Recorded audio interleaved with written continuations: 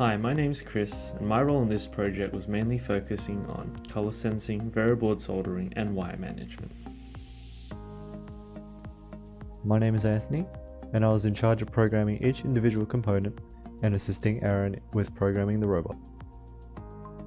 Hi, I'm Aaron.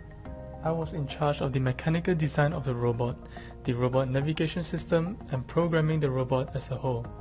As the team captain, I was also in charge of delegating tasks to my teammates, overlooking all aspects of the project and ensuring a successful outcome.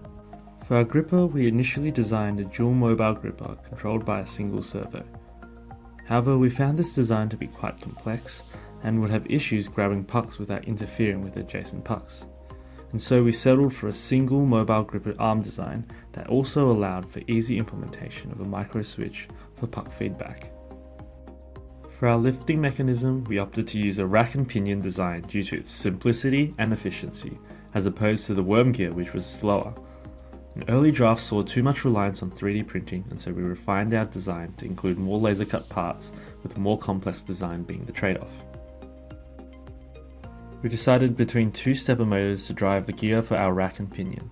In the end, we went with the NEMA 17 stepper motor, as it supplied greater torque and required less PSOC pins for implementation, adjusting the inbuilt potentiometer of the 84988 stepper motor driver ensured that enough current was supplied to provide sufficient torque.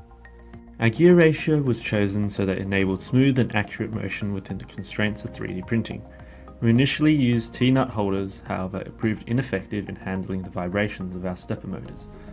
So we decided to use L brackets and star washers instead to prevent the nuts and bolts from loosening due to vibrations. Our robot was able to move straight with negligible error using the shaft encoders. As the robot is in motion, the difference in the left and right counts are measured dynamically, and this difference is fed into the period of the wheels to change their speeds. We used the fixed function PWM signals to control the speed. This saved up the UDB blocks, which could be used for ultrasonics and shaft encoders, which require very accurate readings. We used ultrasonics for repositioning, coding the ultrasonics with an ISR rather than polling to reduce CPU usage time. One of the major concerns was unreliable ultrasonic readings. Through testing with oscilloscope, we found that our ultrasonics were triggering 8 times within a short period, so we adjusted it to only trigger once before waiting for an echo. We also added a short delay after each reading before triggering the next ultrasonic. We found that this stabilized ultrasonics to provide very accurate readings. Furthermore, we found that the ultrasonics do not interfere with each other if placed on opposite sides, so we decided to use one trigger for 2 ultrasonics.